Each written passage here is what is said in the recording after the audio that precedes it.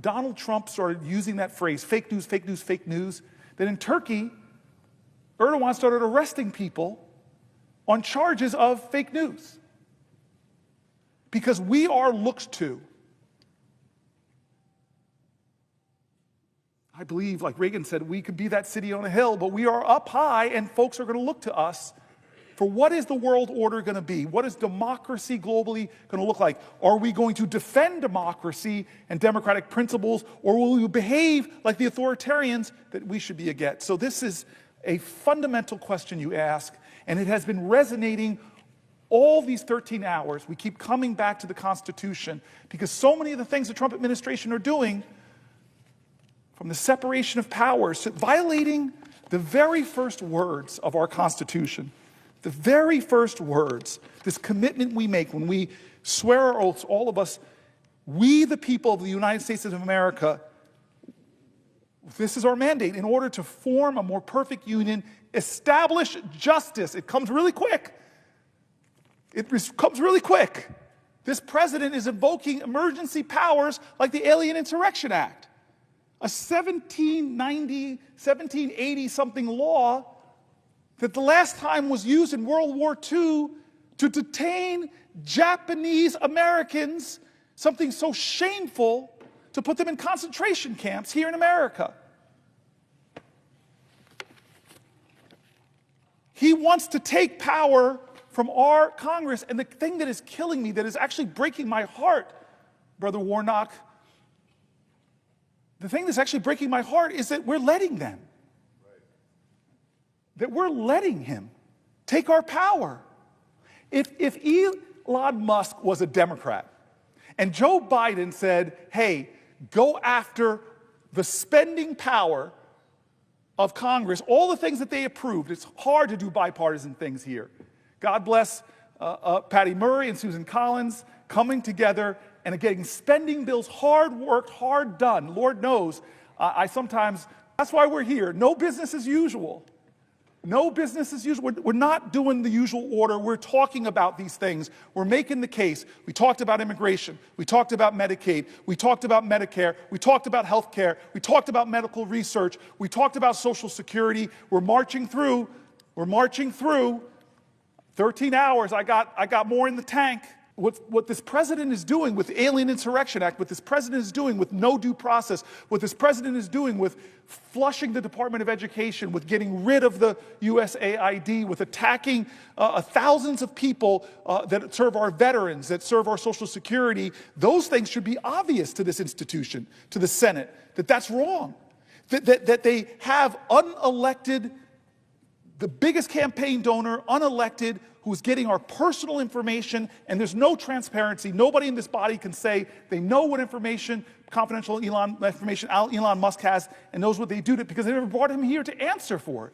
Office at every independent agency says very clearly would add trillions, would give trillions of dollars of tax cuts that go disproportionately to the wealthiest in our nation. That's the addition. That's what we know.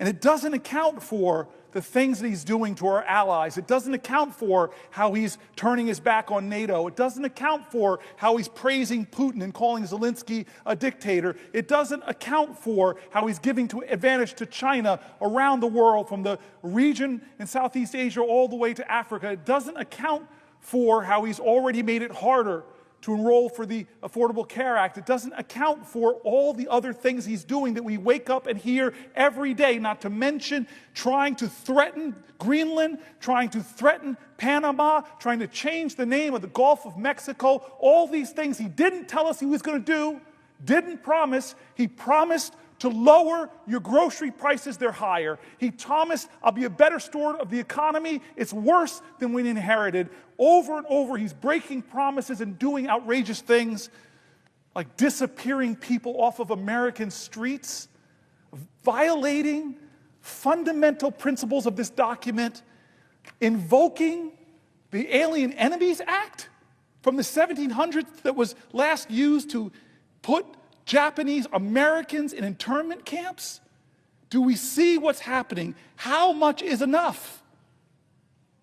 That we have to stand and do something different, not just in this body, in America, because you know this. How we stopped him in his last term was the American people rose up, spoke up, stood up, rose up in the most extraordinary nonviolent demonstrations and demands.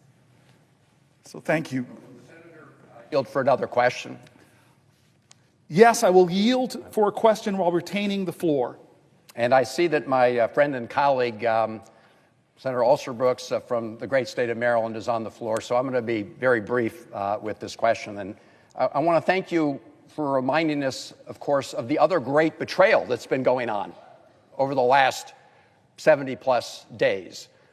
There's the betrayal against the American people and working people here at home, but then there's the betrayal of our allies, like the Ukrainians, who Donald Trump is throwing under the bus as we speak, and other close partners and allies around the world. And I have to depart here for a moment because we have a hearing in the Senate Foreign Relations Committee, and You and I are the two people that want to see entrepreneurs make money. You and I want to see small business people thrive. We don't hate rich people. We think that's great. It's often, not always, Donald Trump, it's often a sign of people in America using the ingenuity, applying it, and being successful. But you and I both know that the richest people in this country don't need more tax cuts. It is morally wrong. It is fiscally wrong. It is a wrong in the name of God and America. How could we be doing this to ourselves?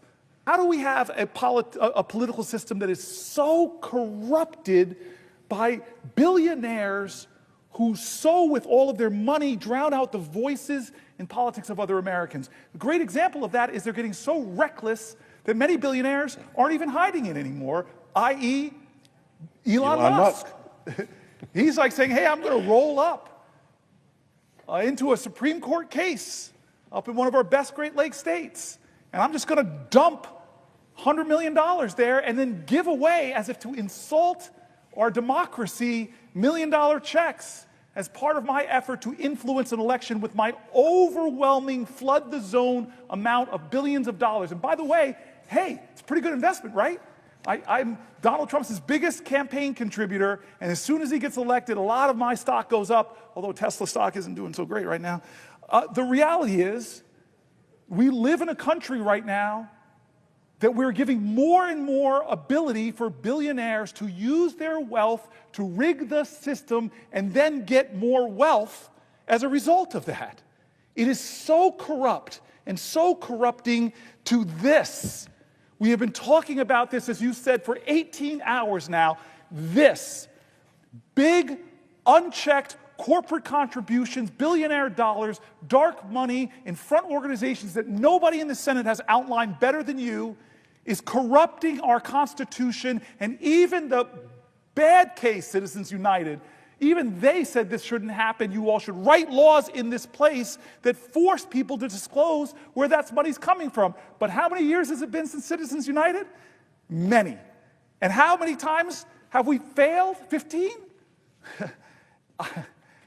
Guys, I don't know, and I'm so grateful for this man, because all my colleagues who are assembled here know, doggedly and determinedly, you have stood right there with charts and graphs. You've outlined it ad nauseum. They've attacked you because your truth is so threatening to them that more people will know about how big money is corrupting democracy. This time of despair and darkness doesn't demand more darkness. We don't need to demean and degrade people who disagree with us.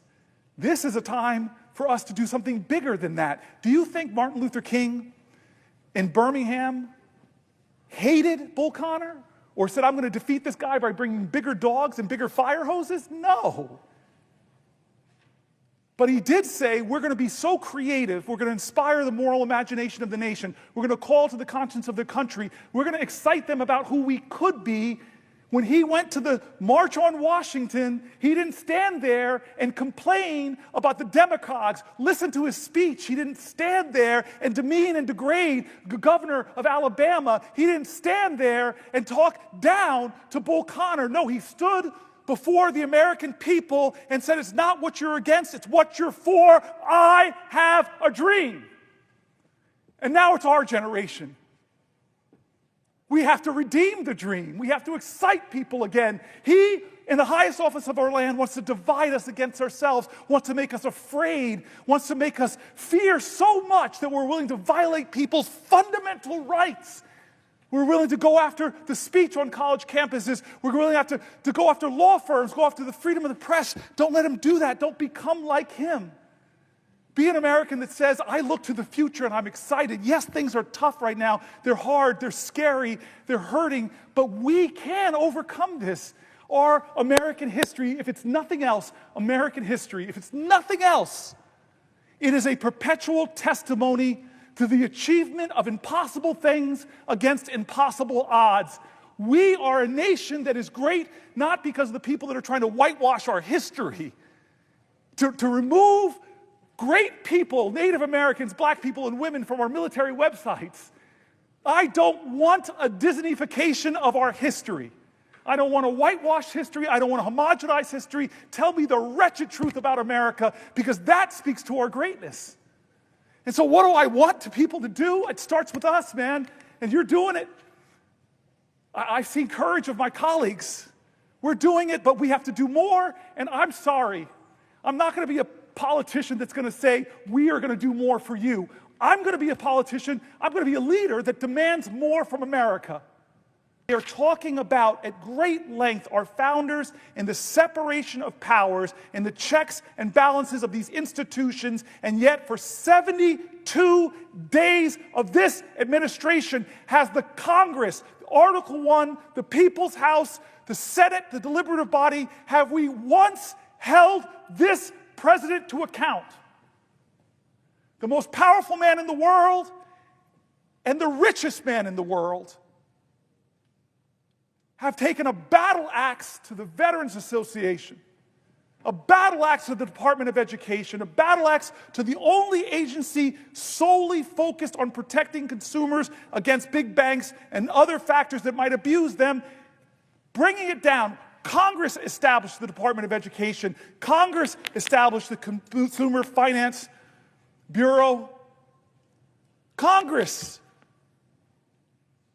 But the president doesn't care. He's going to push as hard as he can against the principles of our founders. And what will we do in this body? What will we do in the House of Representatives? Right now, the answer is nothing. Has Elon Musk, the unelected, un-Senate confirmed, billionaire, #1 campaign contributor of Donald Trump, who has admitted he's made mistakes. Heck, his website, he keeps taking down the mistakes, keeps getting called out from them, fires people from the FAA, then begs them to come back, fires the people that protect us from nuclear accidents. Oh, wait, come back. Has we ever in the Senate or the House called him in for one oversight hearing to account for what he's doing, to address the fears of a nation?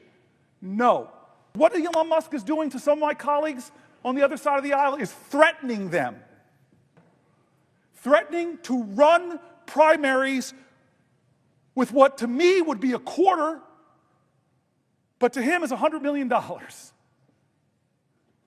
going to drop $100 million against you in a primary if you step out of line. Or if you dare to say Hegseth is not qualified to be the Secretary of Defense, we're going to drag you through X. We're going to awaken a mob to threaten you. Our founders spoke so eloquently to protect against that kind of corruption, to protect against that kind of egregious tyrannical power that says, only I can save this country. Give me all power. Let me be the strong man. And we know who he respects on the global stage. I was stunned. I thought it was a joke during the election when he said his favorite leader is Viktor Orban, who's rolled back democratic principles, who's concentrated power. I see, who does he choose to call a dictator?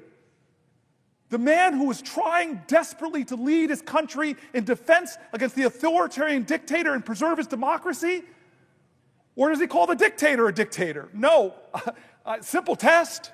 Most high school students would simply pass it, but no. He calls a hero a dictator. I'm getting close to a record, folks, but...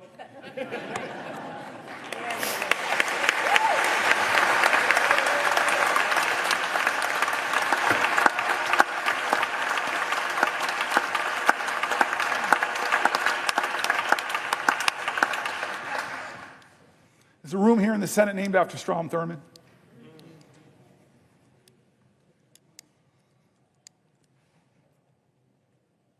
To hate him is wrong. And maybe my ego got too caught up that if I stood here, maybe, just maybe I could break this record of the man who tried to stop the rights upon which I stand. I'm not here, though, because of his speech. I'm here despite his speech. I'm here because as powerful as he was, the people were more powerful.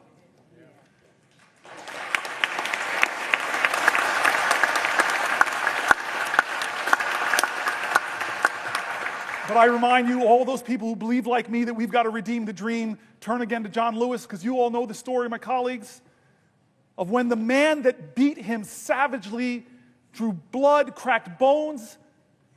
Decades later, he was a congressman. That man brought his grandson with him to ask for forgiveness from John Lewis. I heard about this story when I was in the car in Georgia with him.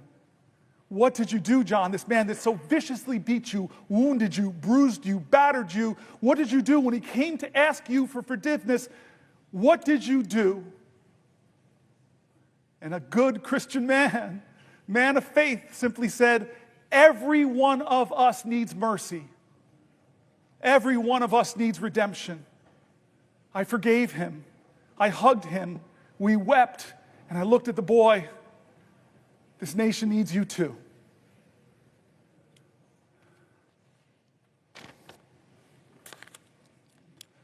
John? Would the senator yield for a question? Chuck Schumer, it's the only time in my life I can tell you no. I just want to tell you a question. Do you know you have just broken the record? Do you know how proud this caucus is of you? Do you know how proud America is of you?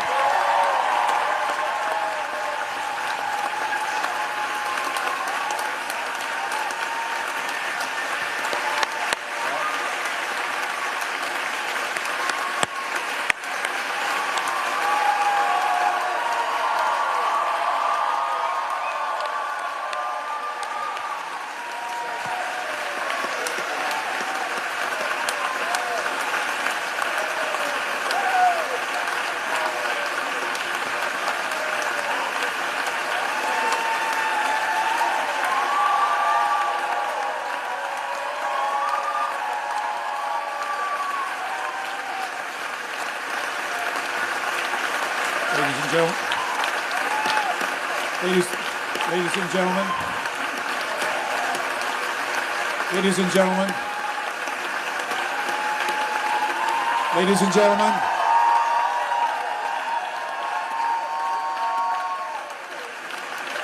order.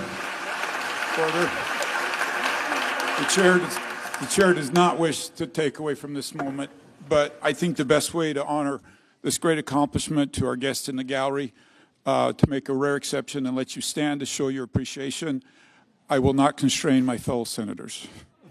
Thank you. This is what the voices we brought into this chamber, the voices of our constituents, red states, blue states, the voices of Democrats and Republicans, Republican governors, Democratic governors. We brought all the people that are saying, no, this is a moral moment, not left or right, right or wrong. And so I've tried over the last 25 hours and 1 minute to center the conversation back on what will we do of good conscience. People who are saying, I served this country, I risked my life, shouldn't be able to keep my job. People who are saying, this country once made itself the envy of the world because we invested in high quality education for every child. I don't like what's going on at the end of the Department of Education. People who are saying, I worked harder than I ever have, but the prices on everything in my life are getting higher. People who are saying that the America I learned about in school, the one where people's rights are protected, the people who are saying that why are we yet again going through another healthcare battle that threatens millions of people, the people who are saying that I'm worried about the financial security and the future of my country, the voices of folks. And so I end by saying simply this, where I started was John Lewis. I don't know how to solve this. I don't know how to stop us from going down this road. Chuck Schumer's now told me that they're greasing the skids to do these things. I'm sorry, but I know who does have the power. the people of the United States of America. The power of the people is greater than the people in power. It is time to heed the words of the man I began this whole thing with, John Lewis. I beg folks to take his example of his early days where he made himself determined to show his love for his country at a time the country didn't love him, to love this country so much, to be such a patriot that he endured beatings savagely on the Edmund Pettus Bridge, at lunch counters, on freedom rides. He said he had to do something. He would not normalize a moment like this. He would not just go along with business as usual. He wouldn't know how to solve it. But there's one thing that he would do that I hope we all can do, that I think I did a little bit of tonight.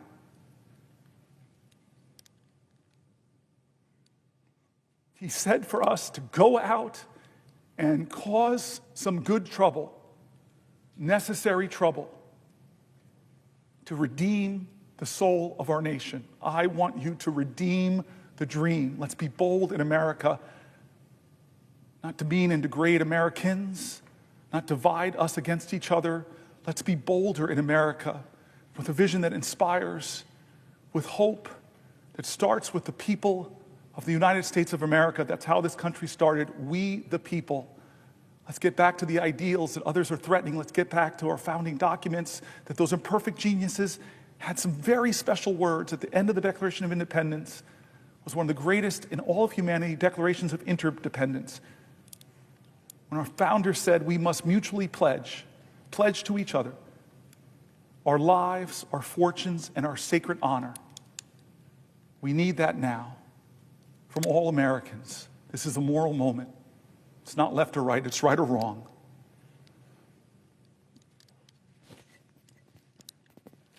Let's get in good trouble.